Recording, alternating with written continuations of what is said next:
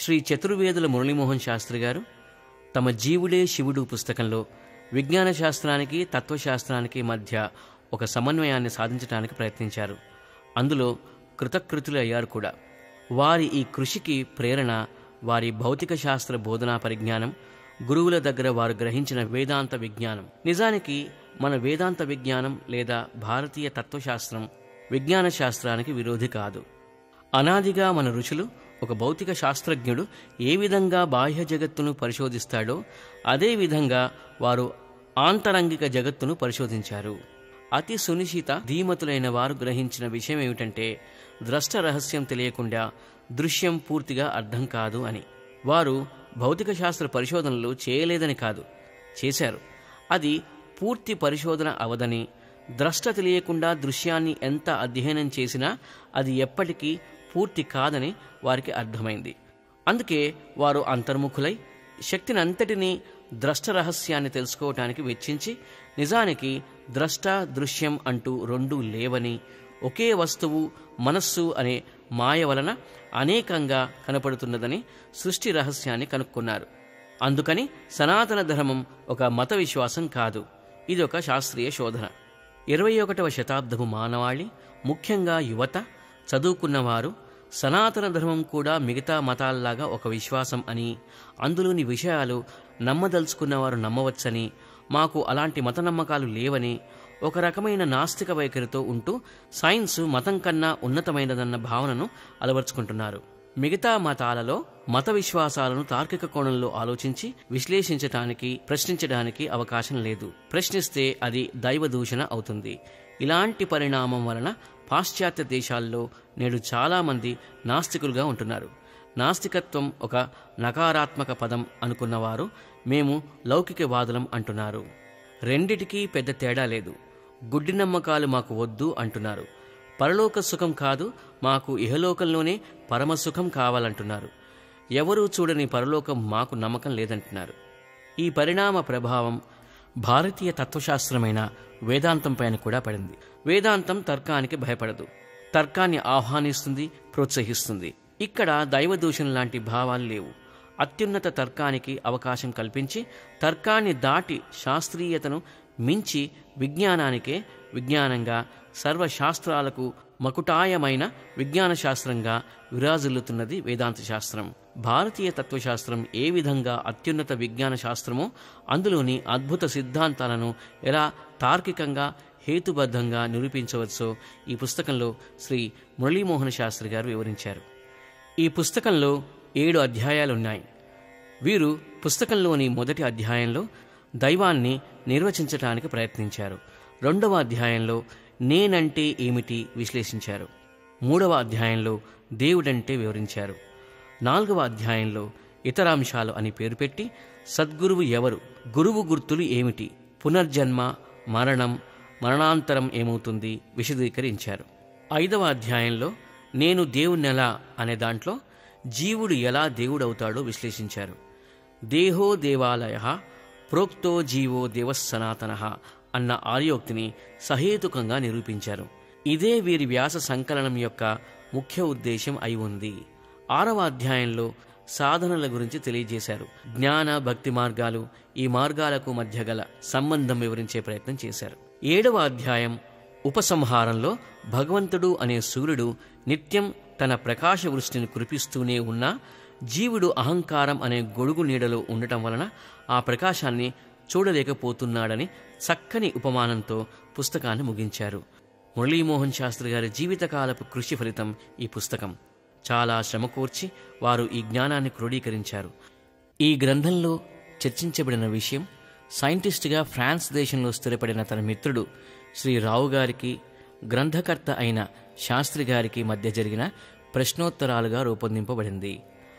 మొదటి ముద్రణలో రాసిన విషయాన్నే ఇంకా వివరంగా అందరికీ అర్థమయ్యే రీతిలో వివరించడానికి దాదాపు 50 పేజీల మ్యాటరు 2వ ముద్రణ చివరి భాగంలో అదనంగా చేర్చాము. 350 పేజీలకు సారాంశంగా దీనిని భావించవచ్చు.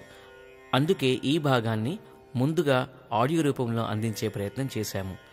దీని తర్వాత మిగతా గ్రంథాన్ని కూడా దశల వారీగా ఆడియో రూపంలో అందించడానికి ప్రయత్నం చేస్తాము.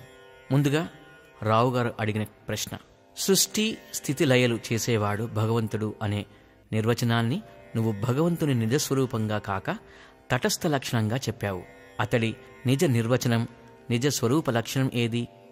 శాస్త్రి గారు, భగవంతుని తటస్థ లక్షణ నిర్వచనం సృష్టి నడిపిస్తున్నప్పుడు, మానవులంతా ఉన్నప్పుడు వారు భగవంతుని గూర్చి చర్చించి తెలుసుకునేందుకు లేదా మతాల పేరుతో కొట్లాడుకునేందుకు ఉపయోగిస్తుంది. భారతీయ తత్వశాస్త్రం, సైన్స్ కూడా ఒకానొక సమయంలో సృష్టి అంతమవుతుంది అని చెబుతున్నాయి. ఇతర తత్వశాస్త్రాలలో సృష్టి అంతం గురించి సమాచారం కనపడదు.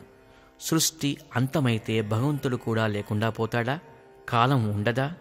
ఇవేవీ లేకపోతే తిరిగి సృష్టి ఎలా జరుగుతుంది? భగవంతుడు నిత్య సత్య స్వరూపుడు మొదలగు అతడి లక్షణాలు సృష్టి లేని సమయంలో ఏమవుతాయి మొదలైన ప్రశ్నలు ఉత్పన్నమవుతున్నాయి. దీనంతా తేలికగా అర్థం చేసుకోవటానికి నేను కొన్ని ప్రశ్నలు అడుగుతాను. నీవు జవాబులు నీ చేతనైనంతవరకు చెబుతూ ఉండు. నేనున్నానా అనే ప్రశ్న నీవు వేసుకొని నాకో జవాబు చెప్పు. రావుగారు, అవును నేనున్నాను. శాస్త్రి గారు, నేను పదానికి నీవిచ్చే అర్థం, నిర్వచనం ఏమిటి? 2 నిమిషాలు ఆలోచించి రావుగారు ఇలా అన్నారు. నేనుకు నిర్వచనమా? ఈ మాటకు అర్థం గాని నిర్వచనం గాని చెప్పడం చాలా కష్టం. శాస్త్రి గారు, ప్రస్తుతానికి నేను సంగతి ఏమిటో కొంతవరకు తేలుద్దాం. నేను అంటే నీ సంగతి, నా సంగతి, ప్రతి మానవుని సంగతి. ప్రతి మానవుడు ప్రతిరోజు మెలకువలో ఉన్నంతసేపు నేను నేను అంటూనే ఉంటాడు. నేను బ్యాక్గ్రౌండ్లో లేకుండా ఏ పని చేయడు. నేను సంగతి సమగ్రంగా తెలిస్తే దేవుని సంగతి దానంతట అదే తెలుస్తుంది. నేనున్నానని గట్టిగా చెబుతున్నావు అంటే నీకంటూ ఒక ఉనికి ఉన్నదని చెబుతున్నావు. అవును, నేనున్నానని నీకెవరు చెప్తున్నారు? ఎలా తెలుస్తున్నది? నేనున్నానన్న నాకెవరూ చెప్పనవసరం లేదు. స్వతహాగా నా అంతట నాకే తెలుస్తున్నది. అంటే నీకొక జ్ఞానం, తెలివి, ఎరుక ఉన్నది. ఆ జ్ఞానం వల్ల నేనున్నానని నీ ఉనికిని నీవు గుర్తిస్తున్నావు. అవును, జ్ఞానం ఉన్నది కాబట్టి నీ ఉనికిని నీవు కన్ఫర్మ్ చేస్తున్నావు. జ్ఞానం లేకపోతే నీ ఉనికి సందేహాస్పదం.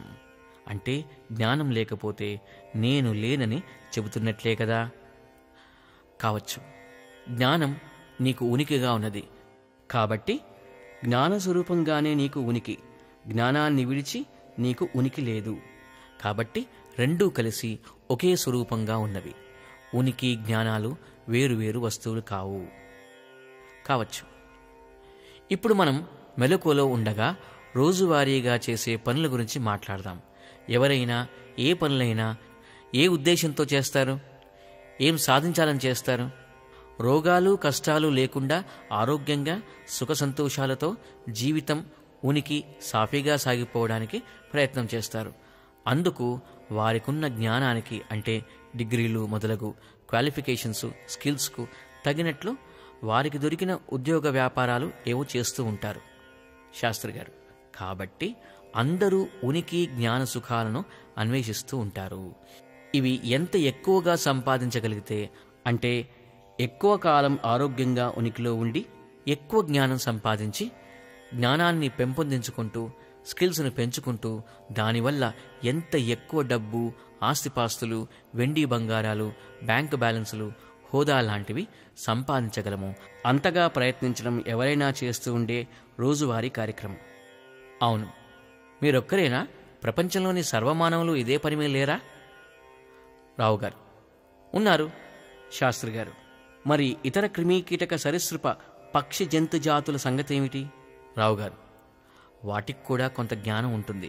ఆ జ్ఞానాన్ని ఉపయోగించుకొని తమ ఉనికిని కాపాడుకోవటం, ఆహార సంపాదన, సుఖ సంపాదన చేస్తాయి తప్ప బంగ్లాలు, ఆస్తిపాస్తులు మొదలగునవి వాటికి లేవు. శాస్త్రి గారు ఇలా అన్నారు. మానవులెవరైనా భాగవతం మొదటి స్కందలో కనిపించే పిచ్చెమ్మ, కుంతీదేవిలాగా నాకు, నా కుమారులకు కష్టాలే రావాలి, బాధలు పడాలి అని కోరుకుంటారా? రావుగారు, ఎవరూ కోరుకోరు. అందరూ మానవులు మిగతా జీవులన్నీ తమ తమ జ్ఞానాలను ఉపయోగించుకొని సాధ్యమైనంతవరకు తమ ఉనికిని కాపాడుకుంటూ సాధ్యమైనన్ని సుఖాలను పొందాలని కోరుకుంటారు. దాని కొరకే సర్వదా ప్రయత్నం చేస్తూ ఉంటారు. అన్ని జీవులకు ఉనికి, జ్ఞాన సుఖాలు సహజ ప్రేరణలుగా పుట్టుకతోనే వస్తాయి. స్ట్రగుల్ ఫర్ ఎగ్జిస్టెన్స్ అనే సూత్రం సైన్స్ కూడా ఒప్పుకున్నదే కదా. శాస్త్రి గారు, ఇది చాలా బాగుంది, సరిగ్గా చెప్పావు. సుఖదుఖాల భోగస్థానం స్థూల శరీరం, భోగ సాధన పరికరం సూక్ష్మ శరీరం అని చూశాం. ఇది సుఖం అని గుర్తించడానికి, సుఖానుభవం పొందటానికి బుద్ధిలోని జ్ఞానం యొక్క అవసరం తప్పక ఉండాలి. అంటే సుఖం కూడా జ్ఞానంలో అంతర్లీనంగా ఉంటుందే తప్ప విడిగా ఉండలేదు. జ్ఞానం లేనిది ఉనికి లేదు, జ్ఞానం లేనిదే సుఖం లేదు. అంటే జ్ఞానంలోకి ఉనికి సుఖాలు రెండు అంతర్గతంగా ఉంటాయి. అప్పుడు నేను జ్ఞానస్వరూపుడిని అని చెబితే ఉనికి సుఖాలు అందులోని ఇమిడి ఉంటాయని అనుకోవచ్చు కదా. అవును, మూడూ కలిసిన ఒకే ఎంటిటీగా జ్ఞానాన్ని చెప్పవచ్చు.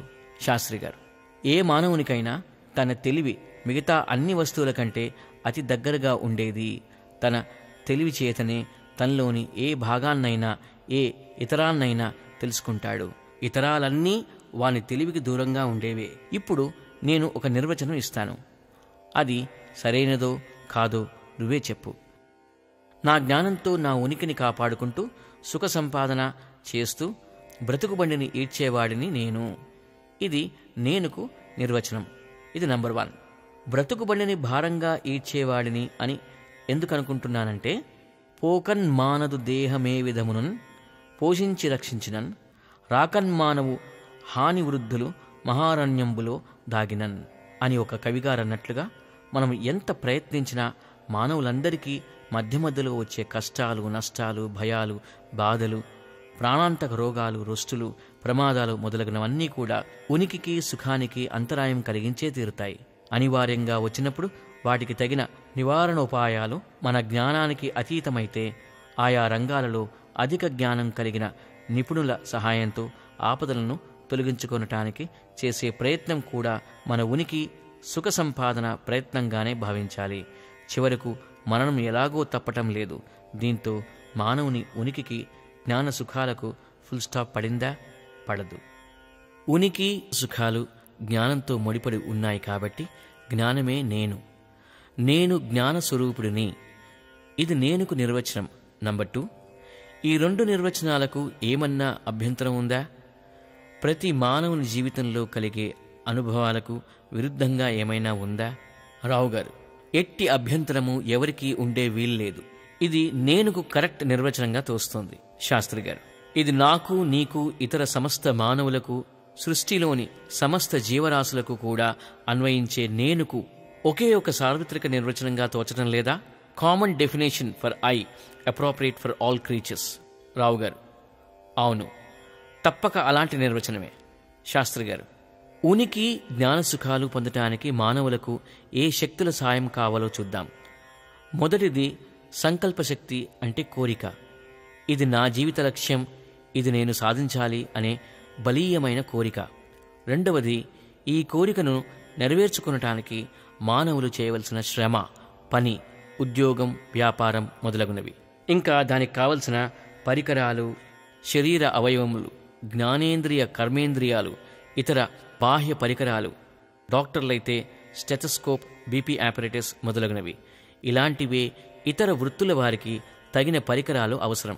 మూడవది, ఆయా పనులు ఎలా చేయాలో తెలియజేసే జ్ఞానం, నేర్పు. ఈ 3 శక్తులు భగవంతుడివే. ఆయన దగ్గర ఈ శక్తులు అనంతంగా ఉంటాయి. అనంతమైన సంకల్పం, అనంత జ్ఞానం, అనంతమైన క్రియాశక్తి ఉంటాయి. కాబట్టే అన్నిటికంటే ఎక్కువ కాలం ఉనికిలో ఉండి అనంతమైన జ్ఞానాన్ని నిగూఢంగా తనలో నిక్షిప్తం చేసుకున్న జగత్తును సృష్టించగలిగాడు. ఆయన సంకల్పశక్తి, క్రియాశక్తి కూడా అనంతమే.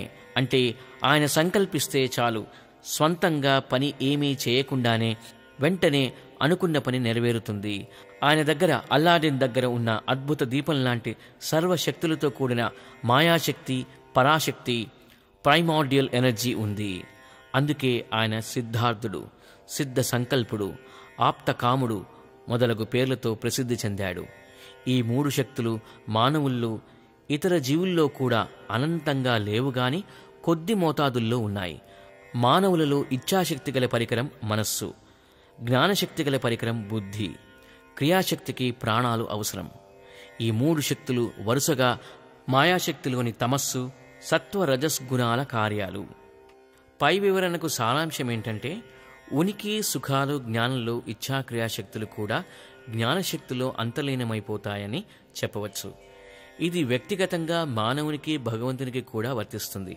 అంటే ఇచ్ఛా క్రియాశక్తులు ఉపయోగించకపోయినా జ్ఞానశక్తి ఎక్కడికి పోదు, అది నశించేది కాదు. అది నిద్రలో కూడా నీ వెంటే ఉంటుంది. కాఫీ పెట్టుకునే జ్ఞానం నీ వద్ద ఉంది, కానీ ప్రస్తుతం కాఫీ తాగాలనే ఇచ్ఛ లేక క్రియ లేదు. అంత మాత్రాన కాఫీ పెట్టుకునే జ్ఞానం నీ వద్ద లేకుండా పోదు కదా. నిద్రలో కూడా అది నశించేది కాదు. మెలకువలో ఉండగా ఇచ్ఛాక్రియలు వస్తూ పోతూ ఉంటాయి, కానీ స్వప్న సుషుప్తి స్థితులలో కూడా ఈ జ్ఞానం నీ వెంటే ఉంటుంది. ఏ విధంగా చూసినా జ్ఞానమే ముఖ్యమైనది. కాబట్టి నేనుకు నిర్వచనం నంబర్ 1ను కొద్దిగా సవరించి నేను పరిమిత జ్ఞాన స్వరూపుడను, ఇది నేనుకు లౌకికంగా ఇచ్చే నిర్వచనం. నంబర్ 2గా రాయవచ్చు, అనంత జ్ఞాన స్వరూపుడు భగవంతుడు అనే నిర్వచనం భగవంతునికి రాయవచ్చు. ఇది భగవంతుడికి నిర్వచనం నంబర్ 1. ఈ పూర్ణ జ్ఞాన స్వరూపాన్నే పరంజ్యోతి అని కూడా అంటాము. నిరంతర నిరింధిన మేధ్యమాన మోహాంధకార పరిపంధిని సంవిదగ్ని. సైంటిస్టులు చెబుతున్న కాంతిబంతి విస్ఫోటనానికి ముందున్నది ఈ పరంజ్యోతి. స ఈక్షత, let there be a light అనే సంకల్ప శక్తితో సృష్టికి మహాకారణమైన సహ, అతడు అనే పేరుతో మనం పిలిచే బ్రహ్మము లేదా ఆత్మ, primordial being who is not the direct cause of creation of the universe. జగత్తులోని జాతి, మత, వ్యక్తి గుణ క్రియాదులు చివరకు జగత్తుతో కూడా సంబంధపడని జగన్నిరపేక్ష పరమార్థ నిర్వచనంగా దీనిని పేర్కొనవచ్చు. Not related to anything in the universe and also to the universe absolute definition. జగత్తు యొక్క సృష్టి స్థితి లయలతో సంబంధం లేక, జగత్తున్నప్పుడు లయమైన తర్వాత కూడా ఉనికిలో ఉండే బ్రహ్మమునుగాను భారతీయ తత్వశాస్త్రం నిర్వచిస్తుంది. అకర్త, నిష్క్రియుడు, అసంగుడు, అచలుడు, స్థానువు, సనాతనుడు, నిరుపాధీకుడు, నిర్గుణుడు, వికారరహితుడు మొదలగు లక్షణాలు ఇతని లింగములు అనగా ఈ విధముగా గుర్తించదగినది. భగవంతుడు అనంత ఇచ్ఛాజ్ఞాన క్రియాశక్తులు గలవాడు. దీన్ని భగవంతునికి నిర్వచనం నంబర్ 2 అందాము. అవే శక్తులు స్వల్ప అంశాలతో మానవులు తమ ఉనికి జ్ఞాన సుఖాలను పొందటానికి ప్రయత్నం చేస్తున్నారు. కాబట్టి ఆ ప్రయత్నం కూడా భగవంతుడే అనటం యుక్తియుక్తం. ఈ విషయాన్ని గురించి కృష్ణ పరమాత్మ భగవద్గీతలో పురుషులలోని ప్రయత్నాన్ని నేను అని చెప్పటం గమనించవచ్చు. దీన్నుంచి మానవులు ఉనికి జ్ఞాన సుఖాల కోసం చేసే ప్రయత్నం భగవంతుడు అనే నిర్వచనం నంబర్ 3 వస్తున్నది భగవంతునికి.